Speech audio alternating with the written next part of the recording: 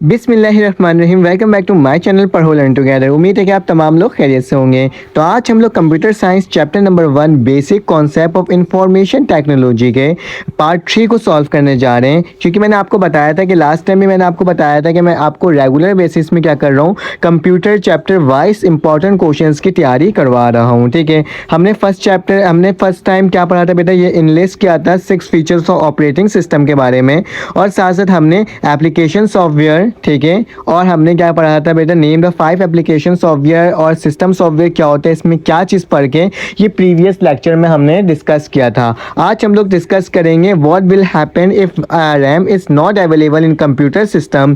लेकिन रैम पढ़ने से पहले हमें कंप्यूटर के कुछ स्टोरेज डिवाइसेस के बारे में पढ़ना होगा। ठीक है, तो हम लोग पहले कंप्यूटर की कुछ स्टोरेज के बारे में पढ़ लेते हैं और देख लेते हैं कि हमारे पास किस तरह के स्टोरेज होते हैं। अगर आपके इस तरह के सवालात आते हैं और स्टोरेज के बारे में बात किया जाता है, मेमोरीज के बारे में बात किया जाता है, तो आप क्या कर सकोगे बेटा, आप उसमें से अच्छे तरीके से बता सकोगे। तो कुछ टाइप्स पढ़ेंगे, फिर उसके बाद रैम एंड रोम के दरमियान डिफरेंशिएट करेंगे, और फिर ये सीखेंगे कि रैम अगर नहीं होता तो फिर क्या होगा आपके कंप्यूटर के साथ। ठीक है, तो सबसे पहला स्टोरेज डिवाइस आता है, वो क्या आता है बेटा, हार्ड डिस्क। हार्ड डिस्क के बारे में आपने हमेशा सुना होगा कि हार्ड डिस्क क्या होता है, एक तरह का स्टोरेज क्या होता है, आपके पास मेमोरी या स्टोरेज डिवाइस होता है, एक तरह का ड्राइवर होता है जिसमें आपके कंप्यूटर की जो चीज़ें होती हैं वो क्या होती हैं, इसमें जाकर सेव होती हैं। ठीक है, क्योंकि हार्ड डिस्क ड्राइवर हम लोग पहले के दौर के जो कंप्यूटर्स होते थे, अभी भी कुछ कंप्यूटर्स में या लैपटॉप के अंदर हार्ड डिस्क ड्राइवर आते हैं, लेकिन जो जदीद दौर आ गया उसमें हम SSD को यूज़ करते हैं और बाकी तमाम चीज़ों को यूज़ करते हैं, जो आगे डिटेल्स में देखेंगे। तो हार्ड डिस्क ड्राइवर भी हमारे पास क्या है बेटा, एक तरीके का आपके पास एक तरह का स्टोरेज डिवाइस। तो हार्ड ड्राइव में क्या होता है, ये एक तरह का ट्रेडिशनल स्टोरेज डिवाइस है। ट्रेडिशनल से मुराद ये कि पहले वक्तों में हम इसको यूज़ किया करते थे। ठीक है, और हर डिवाइस, हर कंप्यूटर के अंदर हार्ड ड्राइव ही डला हुआ होता था। ठीक है, इसमें क्या होता है, ये हार्ड ड्राइव को जो है हम कह सकते हैं HDD कह सकते हैं। ठीक है, इससे शॉर्टकट फॉर्म है। और ये क्या होता है, ये एक स्टोरेज, इसकी जो स्टोरेज की कैपेसिटी होती है ना, मालूम है ना आपको, मालूम हो इतने GB या इतने TB जो आपके पास स्टोरेज होते हैं, तो इसके पास HDD ऑफर करता है, मतलब देता है, प्रोवाइड करता है लार्ज स्टोरेज कैपेसिटी। ठीक है, लार्ज स्टोरेज कैपेसिटी से मुराद मतलब काफ़ी सारे स्टोरेज की कैपेसिटी प्रोवाइड करता है, जिसकी मदद से आप क्या कर सकते हो, आप अपने डॉक्यूमेंट्स या फिर अपने चीज़ों को इसके अंदर सेव कर सकते हो। लेकिन याद रखना ये स्लोअर है टू न्यू टेक्नोलॉजी। आपके पास जो न्यू टेक्नोलॉजी आई है ना, जैसे कि SSD हो गया और बाकी तमाम हो गए, उसके कंपैरिजन हार्ड ड्राइव क्या है, हार्ड ड्राइवर में चीज़ों को सेव करना, स्टोर करना या फिर उसको मेंटेन रखना थोड़ा सा डिफ़िकल्ट तो नहीं था, लेकिन हाँ स्लोअर ज़रूर था। ठीक है, तो ये इसने शो कर दिया, बता दिया है। आगे चलते हैं, जिसको हम क्या कहते हैं, सॉलिड स्टेट ड्राइवर। SSD का आपने नाम सुना होगा। न्यू जनरेशन के जितने भी आपके पास कंप्यूटर्स हैं, ये तमाम चीज़ें हैं या लैपटॉप्स हैं, उसमें SSD ही यूज़ होता है। वो क्या होता है, फास्टर होता है और काफ़ी स्पीड में तमाम प्रोसेसर को क्या करता है, कंप्लीट करता है अपने प्रोसेस को। तो लिखा हुआ है solid state driver SSD use to flash memory to store data. क्या यूज़ करता है, वो एक तरह का फ्लैश मेमोरी करता है डेटा को स्टोर करने के लिए। They are much faster than the HDD। ये काफ़ी ज़्यादा फास्टर है उसके कंपैरिजन में HDD से। And have no moving part, और इसके पास कोई मूविंग पार्ट नहीं होता। Making them more durable and energy efficient. ठीक है, तो ये क्या होता है, एक तो बहुत ही ज़्यादा अच्छे तरीके से यूज़ किया जा सकता है, और इससे एनर्जी जो होता है ना वो भी कम लॉस होता है। जैसे होता है ना कंप्यूटर आप यूज़ कर रहे होते हो, उसमें काफ़ी ज़्यादा जब कोई चीज़ पे प्रोसेस हो रहा होता है, लाइक अपने चीज़ों को, डॉक्यूमेंट को सेव करना या डालना या फिर कुछ करना, तो उसमें क्या होता था, उसमें उसमें ये काम होता था ना कि आप प्रोसेस के गर्म हीट अप पैदा हो जाता था आपके कंप्यूटर में पुराने दौर में। ठीक है, तो वही लिखा हुआ है कि इसमें क्या है, ये ज़्यादा एनर्जी एफिशिएंट है, मतलब ज़्यादा एनर्जी को ये कंज्यूम नहीं करता, बल्कि क्या कर देता है, आराम से तमाम चीज़ें हो जाती है। सॉलिड स्टेट ड्राइवर भी एक तरह का मेमोरी है, और HDD भी क्या है, एक तरह का मेमोरी है जो कि स्टोरेज करता है आपके डॉक्यूमेंट्स को। ऑप्टिकल ड्राइवर्स हमारे पास आ गया। ऑप्टिकल ड्राइवर भी एक तरह का स्टोरेज डिवाइसेस है, जिसके अंदर क्या होता है, लाइक CD एंड DVD। आपको पता होगा CD एंड DVD, अब के दौर में तो CD और DVD यूज़ नहीं किया जाता, लेकिन पहले के दौर में किया जाता था, ताकि उससे क्या हो सके, आपकी तमाम जो चीज़ें होती हैं, लाइक वीडियोस होते हैं, कैसेट्स होते हैं, तमाम चीज़ें इसके अंदर स्टोर होते थे। ठीक है, तो बस CD और DVD आप यही कह सकते हो, गेमिंग और उसके लिए यूज़ किया जाता था। आपके गेम्स को इसमें स्टोर किया जाता था, या फिर आपके गाने या फिल्मों को इसमें स्टोर किया जाता था, जिसकी मदद से आप क्या कर सकते थे, डाउनलोड कर सकते थे। आगे चलते हैं, USB ड्राइवर आज के दौर में भी ये काफ़ी ज़्यादा कसरत से यूज़ होता है और ये काफ़ी ज़्यादा फास्ट है, ठीक है। ये भी फ्लैश ड्राइवर की तरह यूज़ होता है, ठीक है। दिस स्मॉल पोर्टेबल डिवाइस, ये क्या होता है, एक तरह का स्मॉल है और पोर्टेबल डिवाइस है। यूज़ फ्लैश मेमोरी होता है, फ़ौरन से जो होता है ना चीज़ें आपके पास आ जाती हैं, और ये स्टोर करता है डेटा को। Commonly use for the data transfer and backup. इसको ज़्यादातर हम लोग किसके लिए यूज़ करते हैं, डेटा को ट्रांसफ़र करने के लिए, अपने पास डेटा को स्टोर रखने के लिए, ठीक है। तो ये तो आपको पता ही होगा USB के बारे में। आगे चलते हैं, मेमोरी कार्ड्स पहले के दौर के मोबाइल जो होते थे वो 4 GB या फिर 16 GB इस तरह के आते थे, ठीक है। लेकिन अब के दौर के जो मोबाइल हैं वो आपको पता ही है 128 256 GB के आते हैं। तो उसमें क्या होता है, उसमें ज़रूरत ही नहीं पड़ती आपको मेमोरी कार्ड लगाने की, ठीक है। और हैंग भी नहीं करता, कुछ भी नहीं करता। तो मेमोरी कार्ड्स भी एक तरह का क्या है, digital use in digital cameras and other portable devices. हाँ, कैमरास के अंदर अभी भी हमारे पास SD जो होता है ना वो यूज़ होता है, ठीक है।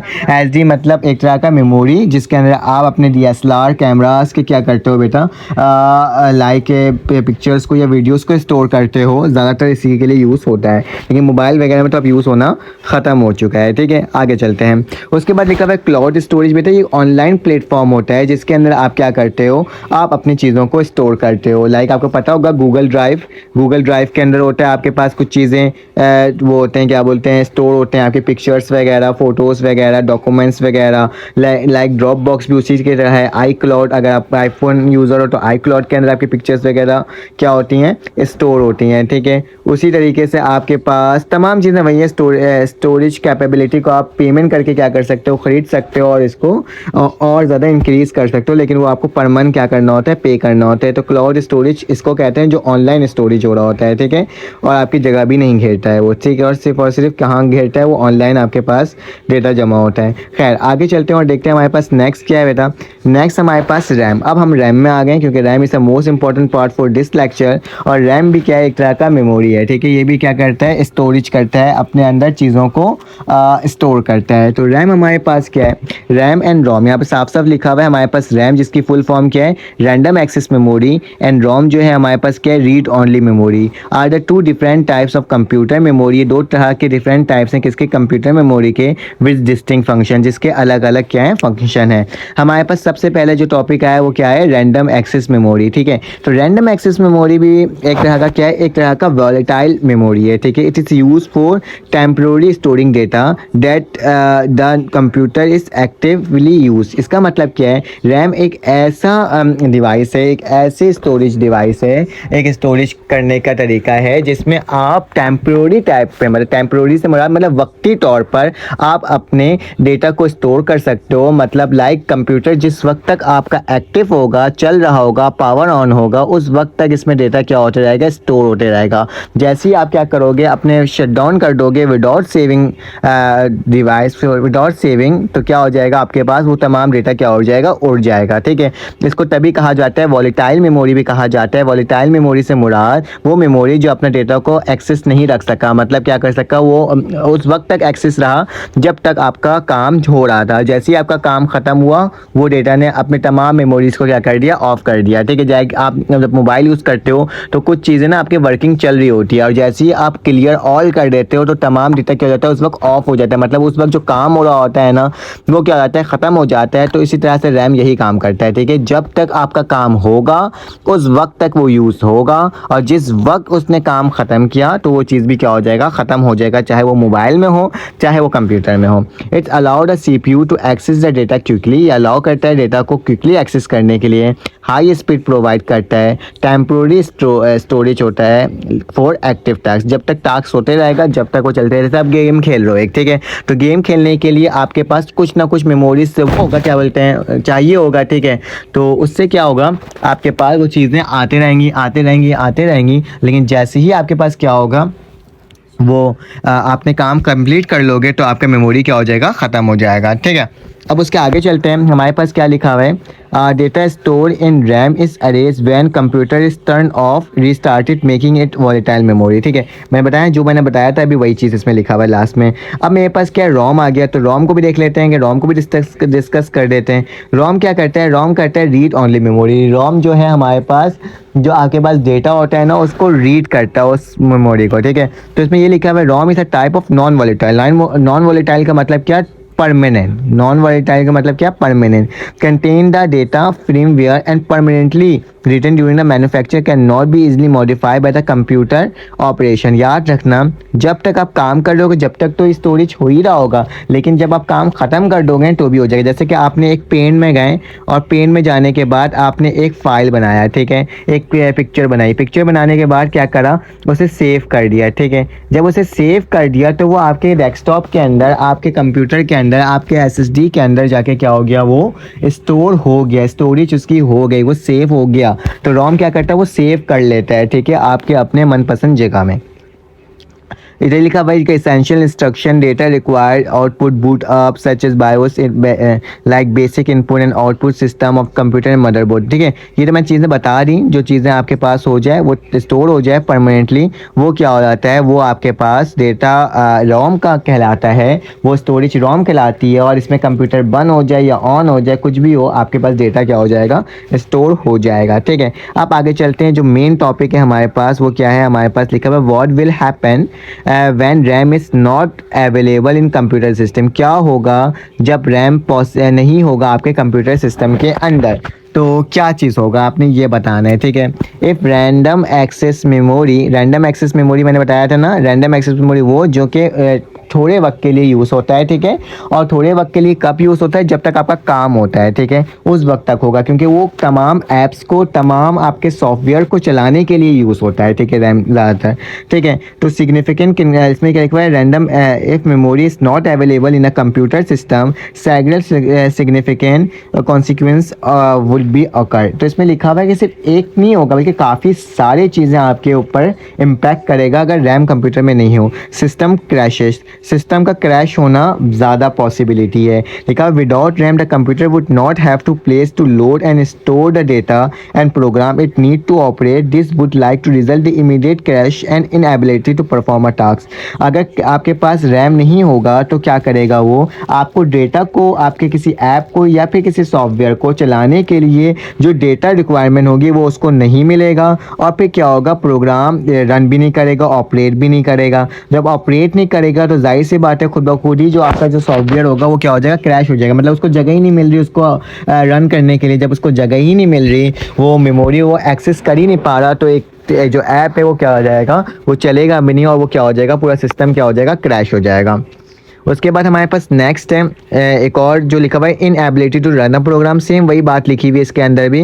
जब आपके पास एसेंशियल रनिंग प्रोग्राम के लिए आपके पास वही नहीं होगा, रैम ही नहीं होगा। लिखा हुआ है ना, RAM is essential for the running program and application. RAM होगा तभी प्रोग्राम या एप्लीकेशन क्या होगा, रन होगा।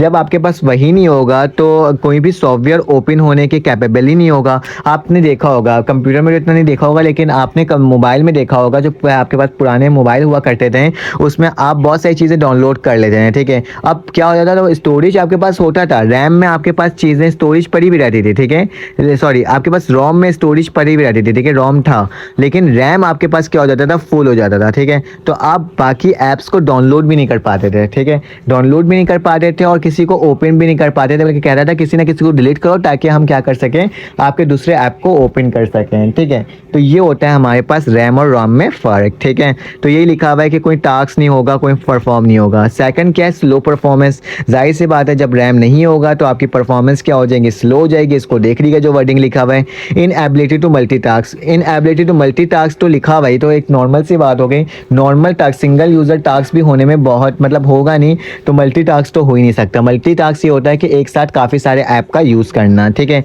Limited and no booting. Startup ही नहीं होगा। बूटिंग का मतलब क्या होता है, किसी चीज़ को भी स्टार्टअप करना, उसको स्टार्ट करना। ठीक है, जब उसके अंदर लिमिट ही नहीं होगी और वो चलेगा ही नहीं, उसके स्टार्टअप ही नहीं होगा, तो क्या होगा, आपके पास कंप्यूटर सही नहीं चलेगा। तो आज के लेक्चर्स में हमने पढ़ा कि हमारे पास कौन कौन से स्टोरेज डिवाइसेस होते हैं। अगर आपको मेरी वीडियो अच्छी लगी तो आपको लाइक ज़रूर करना, सब्सक्राइब ज़रूर करना, बेल के आइकन को क्लिक करना।